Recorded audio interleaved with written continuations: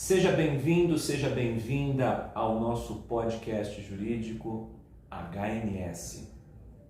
Eu sou Heitor Miranda de Souza, eu sou advogado, professor, estou na cidade de Guarulhos e uma das minhas principais áreas de especialidade tem a ver com as relações de família, tem a ver com o direito de família.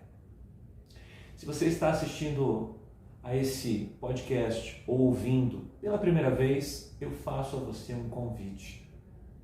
Nós temos outros podcasts que estão disponíveis nas nossas plataformas digitais, outros episódios. Nós estamos hoje dando continuidade à série Afetividade. Afetividade é uma série que nós nos comprometemos a esclarecer a você que está nos assistindo ou nos ouvindo um pouco dessa nossa nova realidade, diria eu, a realidade do atual direito de família, das relações de família no Brasil. É por isso que o meu convite a você de ouvir ou assistir os episódios anteriores é de fundamental importância, porque nós organizamos esse podcast de uma forma onde cada episódio vai contribuir para você nessa sua jornada de aprendizado sobre o que significa a afetividade. Antes da gente falar do tema de hoje, registro aqui alguns agradecimentos especiais à nossa equipe de produção, aos parceiros, apoiadores desse projeto, o estúdio de gravação Maia Coworking, que vem nos ajudando, vem nos apoiando e, acima de tudo, nos motivando a seguir nessa caminhada. Eu, enquanto profissional, acredito que meu propósito são dois: defender direitos e educar pessoas. O episódio de hoje nós vamos mostrar muito disso, das duas esferas, a defesa de direitos e a educação de pessoas, porque o tema de hoje é um tema que eu particularmente não vi a hora de chegar. Poder falar desse tema, para mim, principalmente sobre o ponto de vista emocional e pessoal, eu fico até emocionado de dizer, é muito gratificante. O episódio de hoje tem como tema a filiação socioafetiva. O episódio 4 da nossa série Afetividade tem esse tema, um tema bastante dinâmico, mas antes de falar da filiação socioafetiva, ao longo dessa minha caminhada, tanto na advocacia quanto na vida acadêmica, surgiram uma série de dúvidas sobre temas ligados à filiação. Fiz questão de trazer para você aqui alguns desses questionamentos. Filiação e adoção é a mesma coisa? Filiação e guarda, quais seriam as diferenças? Existe alguma diferença entre filiação e tutela? Essa é uma pergunta que tem acontecido com grande frequência, tanto nos atendimentos quanto nas minhas relações pessoais. Qual é a diferença entre o filho socioafetivo e o enteado? É com base nessas perguntas que nós dividimos o podcast de hoje, o nosso episódio 4, em dois momentos. Num primeiro momento, falarei com você sobre filiação e essas diferenças. Depois, falarei com você sobre filiação socioafetiva. E deixei para o final a última pergunta, em que eu, por meio aqui de alguns esclarecimentos, vou mostrar para você qual que é a diferença, tanto teórica quanto prática, sobre o filho socioafetivo e a figura do enteado. Você está pronto? Se segura, porque a informação e, acima de tudo, o conhecimento vai começar. Vamos começar pelas perguntas. Filiação e adoção, qual que é a diferença? Quando nós falamos do assunto filiação dentro do direito de família, nós entramos num tema chamado relações de parentesco. Quem são os nossos parentes? Segundo a lei. Segundo a lei, pais e filhos têm uma relação de parentesco. Segundo a lei, filhos e netos, irmãos, tios, sobrinhos, primos, são todos parentes. Isso traz para a gente uma visão ampla do que é família, uma visão ampla dos direitos, mas acima de tudo, dos deveres e obrigações familiares também. Lembre-se disso. Quando eu falo do tema adoção, eu toco num assunto um pouco mais sensível.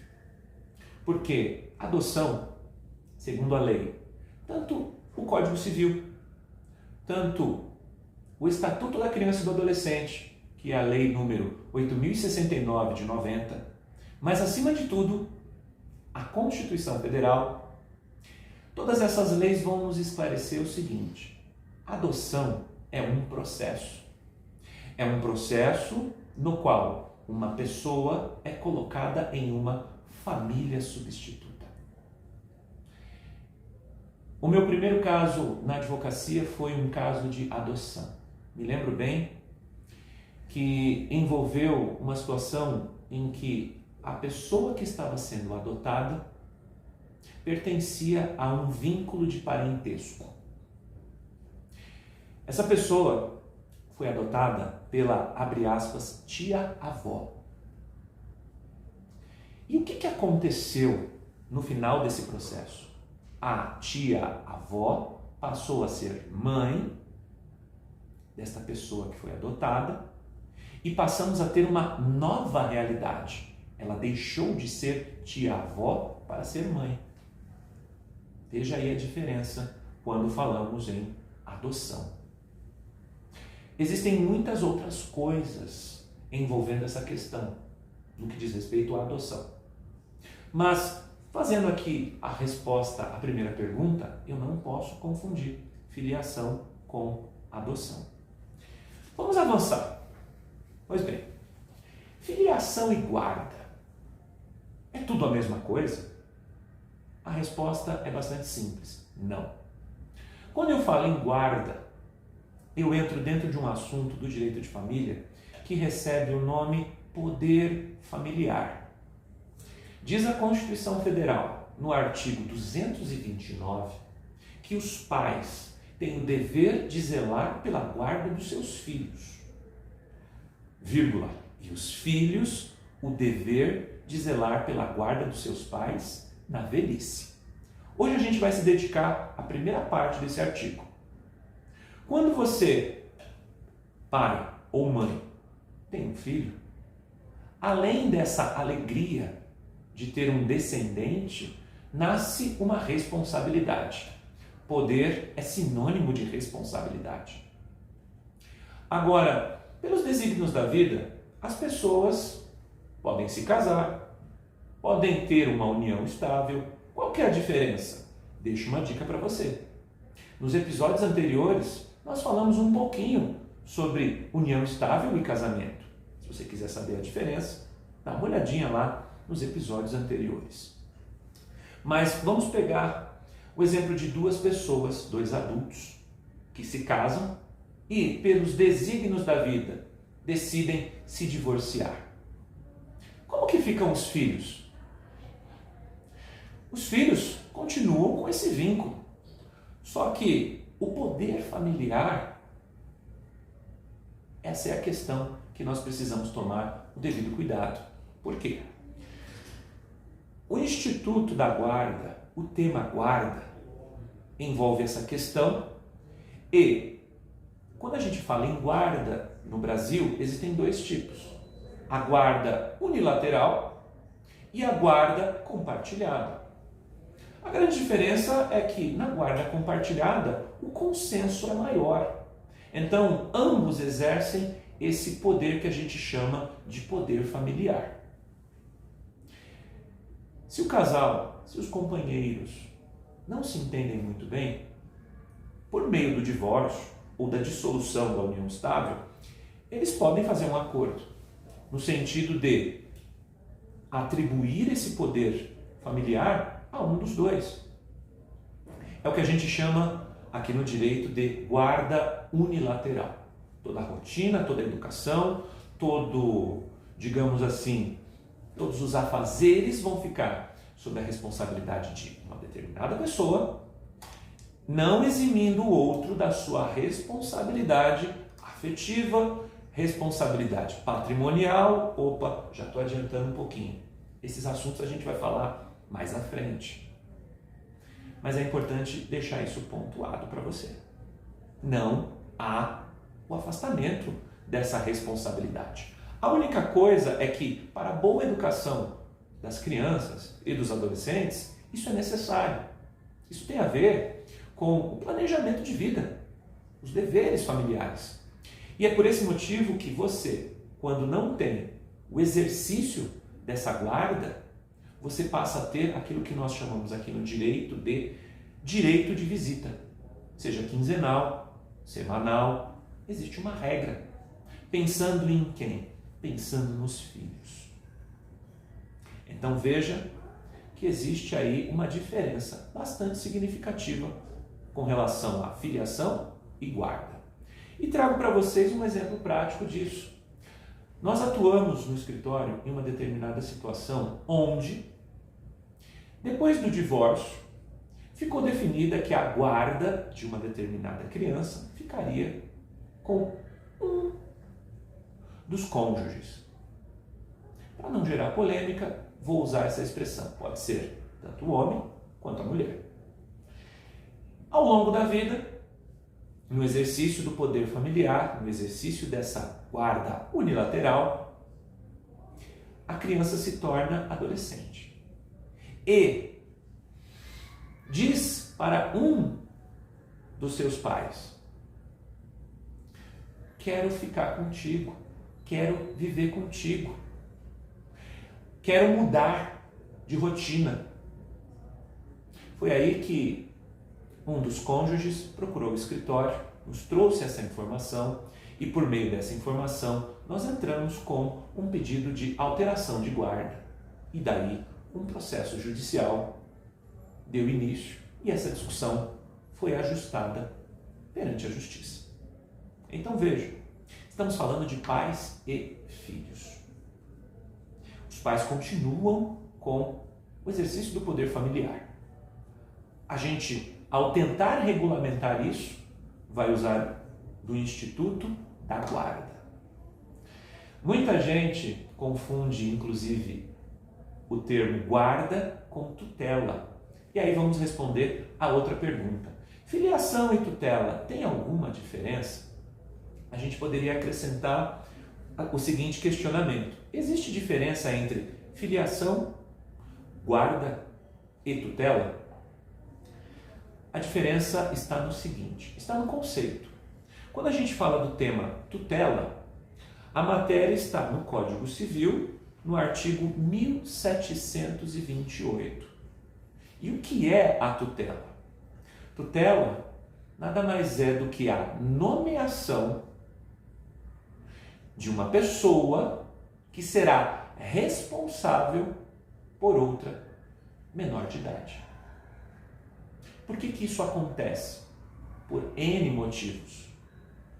Quando uma pessoa que não é o pai ou a mãe, vamos supor, vem a falecer ou não pode exercer o poder familiar, é necessário ir ao Poder Judiciário e o Poder Judiciário, por meio de uma decisão, irá nomear o tutor. Então, a gente ouve muito por aí. Eu tenho a guarda daquela criança. E aí você pode fazer a seguinte pergunta: você é o pai? Não. Eu não sou o pai. Então, tecnicamente falando, o que ela tem é a tutela dessa pessoa. Quem tem a guarda é apenas pai ou mãe, no exercício do poder familiar. Fica aqui essa grande diferença. Quem pode exercer a tutela? Uma pergunta muito boa.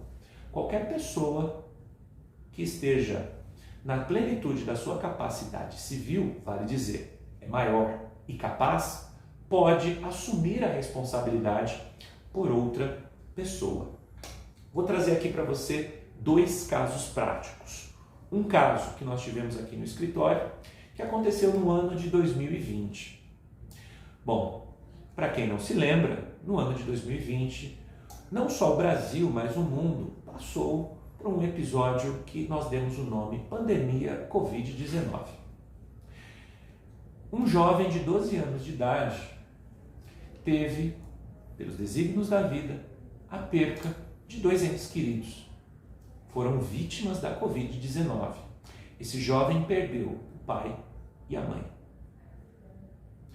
E por ser uma pessoa, segundo a lei, considerada adolescente, é necessária a proteção dessa pessoa por quem?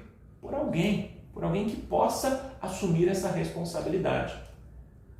Foi aí que o irmão desse jovem entrou com um pedido de tutela e passou a assumir a responsabilidade pelos atos, passou a representá-lo, quando necessário, nos atos da vida civil. Como que ficou a relação deles? Ele passou a ser o filho do irmão? Não. Continuam sendo irmãos. O detalhe é que o irmão, além de irmão, no caso mais velho, passou a ser o tutor desse jovem. E aí trago para vocês um exemplo pessoal. Essa história começa dentro de um assunto de ordem moral, dentro de um assunto de ordem religiosa. Independente do seu credo, independente da sua religião e da minha, no ano de 2012 eu me tornei padrinho de uma criança. E por que eu me tornei padrinho dessa criança? A mãe dela disse assim para mim: se em um determinado dia eu faltar, eu quero que você e a sua esposa cuidem dela. Pois bem, me tornei padrinho hoje dessa jovem. No ano de 2018, pelos desígnios da vida, no mês de fevereiro, ela perdeu o pai e no mês de outubro, ela perdeu a mãe. Minha esposa questionou: e agora? Como que vai ser a vida dela? Eu disse para minha esposa: nós seremos os responsáveis dela. Um de nós dois foi ao judiciário e entramos com um pedido de tutela. Hoje, ela vive conosco. Por força dessa ordem judicial, ela é a nossa pupila. Nós temos a tutela dela. Como que ficou a relação? E aqui uma particularidade que eu vou trazer para você. Em um determinado dia, estávamos em casa e nós perguntamos a ela uma coisa. Só que essa pergunta não veio porque nós tínhamos a intenção de perguntar. Nós estávamos em casa todos, nós somos em 5 em casa, e o mais novo fez uma indagação.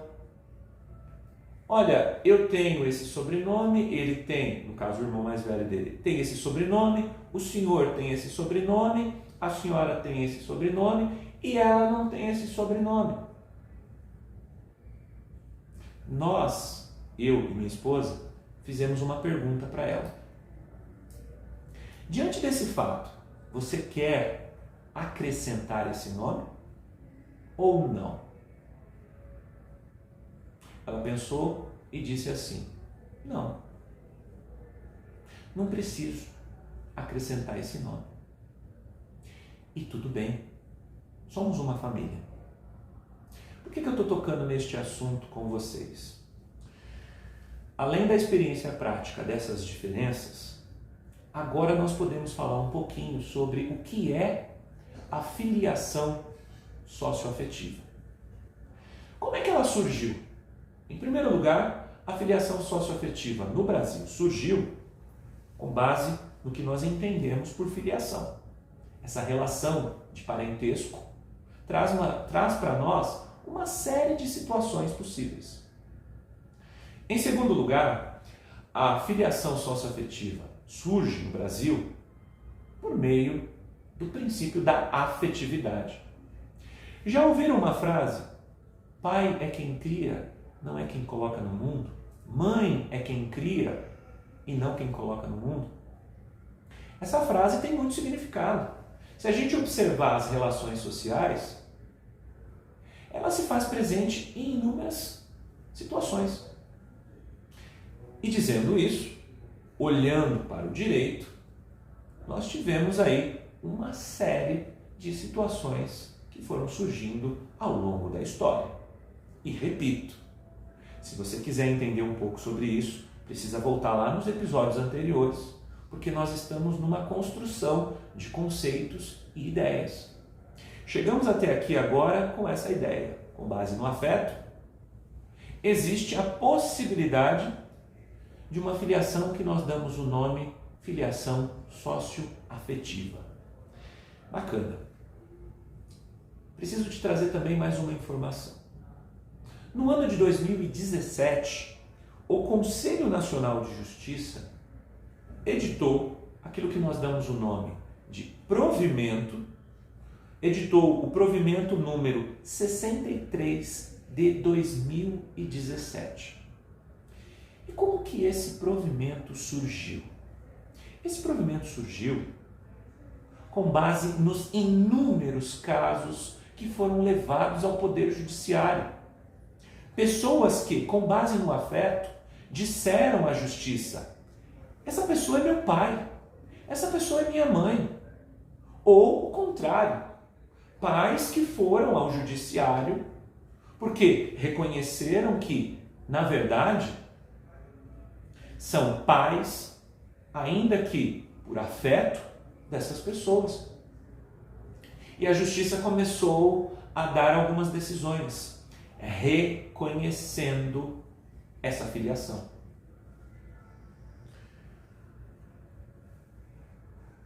Um exemplo vale mais do que 1000 palavras. Vou trazer para vocês uma história pessoal. No ano de 2009, eu conheci um jovem que, à época, tinha 5 anos de idade. Em um determinado dia, esse jovem, filho daquela que, naquela época, era minha namorada, virou para mim e disse assim: papai. Eu fiquei assustado. Senti um frio na barriga. Mas a minha atitude naquela época foi a seguinte: acolhimento. Eu aceitei esse, digamos assim, adjetivo. Algumas dúvidas, evidente que surgiram. Ele me chama de pai, mas ele tem um pai. Isso fez com que eu me aproximasse mais do pai dele. Isso foi no ano de 2009. Mais à frente, nós tivemos uma decisão bastante importante para o direito brasileiro que nós comentamos em episódios anteriores, que tem a ver com a aplicação do princípio da afetividade. E a partir dessa decisão, eu comecei a olhar para a relação que eu tinha e tenho com essa pessoa, que na época era uma criança. E dali, com base na minha própria experiência profissional, pensei: temos o direito de reconhecer essa relação. Foi aí que eu disse para ele assim, ele tinha lá por volta dos 7, 8 anos, falei assim: meu filho, quando você chegar aos 12 anos, nós vamos ter uma conversa. E por que aos 12 anos? Porque, de acordo com o Estatuto da Criança e do Adolescente, devemos ouvir o jovem, devemos ouvir o adolescente, em especial, essa pessoa, quando completa 12 anos. Por exemplo, nos casos envolvendo adoção. Então, com base nessa experiência, pensei eu: Eu não vou impor a minha vontade. Eu quero saber também a vontade dele sobre esse assunto. E nessa época já havia pensado numa tese de ir até o judiciário, assim como muitas pessoas foram, para reconhecer essa filiação socioafetiva. O tempo foi passando e, para ser mais exato, no ano de 2018 aconteceu um episódio que, ao meu ver, foi um episódio bastante marcante. Seguindo a rotina, meu filho pediu uma documentação porque ele precisava ir na empresa de ônibus para acertar a documentação dele relativa ao passe escolar, e aí o comprovante de endereço foi entregue para ele e ele foi até lá. Ele volta para casa bastante chateado, bastante triste e retraído. Eu percebo essa situação, vou até ele e digo para ele assim: filho, quero conversar com você. Ele estava ao celular e disse para o colega dele: olha, vou precisar desligar porque o meu padrasto quer conversar comigo. Naquela hora tecnicamente falando, tem gente que confunde filho com padrasto, enteado. Fiquei tranquilo, mas quis esclarecer também. E disse para ele assim: filho, você falou padrasto? Eu não entendi. Eu ouvi da boca do meu filho naquele dia a seguinte afirmação: sim, o senhor não é meu pai. E aí eu falei para ele assim: e quem que te disse que eu não sou seu pai? A moça da empresa de ônibus. Virei para ele e falei assim: como assim? Não estou entendendo. Ela disse que com esse documento, que é o comprovante de endereço, eu não posso atualizar o meu cadastro, porque esse comprovante de endereço é seu e não do meu pai. E aí eu entendi o que aconteceu. Ele já tinha 12 anos na época. Falei para ele: ok, vamos ter uma reunião de família, porque nós vamos conversar sobre esse assunto. E aí o advogado entrou em cena. Me programei para essa reunião de família, mas eu fui atrás das informações, fui atrás da jurisprudência, porque minha intenção à época, era dizer para ele que nós poderíamos ir até o judiciário para reconhecer a nossa relação. Mas aí, para minha surpresa, eu descobri esse provimento que eu disse para vocês. O provimento número 63 do Conselho Nacional de Justiça, que foi publicado no final de 2017. Dentre os diversos assuntos, temos nesse provimento a possibilidade do reconhecimento voluntário de filiação socioafetiva. Em outras palavras, podemos ir direto ao cartório, reconhecer este fato e produzir todos os efeitos legais sem precisar ir ao Poder Judiciário. Bom, em relação a esse assunto, o provimento possui alguns artigos e esses assuntos estão nos artigos 10 a 15. Vale mais um registro também. O provimento, ele toma como base as decisões judiciais, a posição, em especial, do Supremo Tribunal Federal, então ele nos facilita algumas questões. E foi o que aconteceu. Como é que terminou essa história? Conversei com todas as pessoas envolvidas. Conversei com meu filho, conversei com a minha esposa, conversei com o pai, que muita gente chama de pai biológico, conversei com os avós maternos, conversei com os avós paternos, para que não houvesse dúvidas do que estava acontecendo. E o que estava acontecendo? O que estava prestes a acontecer? Tecnicamente falando, a filiação socioafetiva é um acréscimo na relação de parentesco. No caso do meu filho, ele além de ter um pai e uma mãe, passou a ter mais um pai. E com isso, o parentesco dele aumentou. Por quê? Ao acrescentar a figura do pai, vem a figura dos avós. Há uma extensão no conceito de família e no conceito de relações de parentesco, quando nós falamos do tema filiação socioafetiva.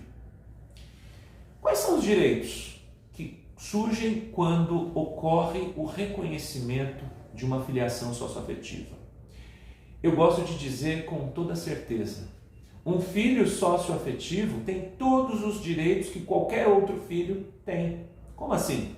Um filho que vem para aquela família por meio de um processo de adoção, um filho que vem, abre aspas, por causas naturais, que muita gente conhece como filho biológico, todos esses têm os mesmos direitos, porque todos esses são filhos, são parentes e vão ter os mesmos direitos, repito. E claro, as mesmas obrigações também. Lembra que no começo do episódio eu falei que os filhos têm que cuidar dos pais? Então, as obrigações vêm junto também. Bom, dito isso para você, tem uma coisa muito interessante que acontece e que sabemos da existência desse fato. Existe a figura do padrasto, madrasta, porque existe a figura do enteado, enteada. Quem é ele, sob o ponto de vista jurídico? O direito de família diz que essa relação é uma relação de parentesco por afinidade apenas. Quais são os direitos que essa pessoa tem? Vamos supor o enteado com relação ao padrasto ou madrasta.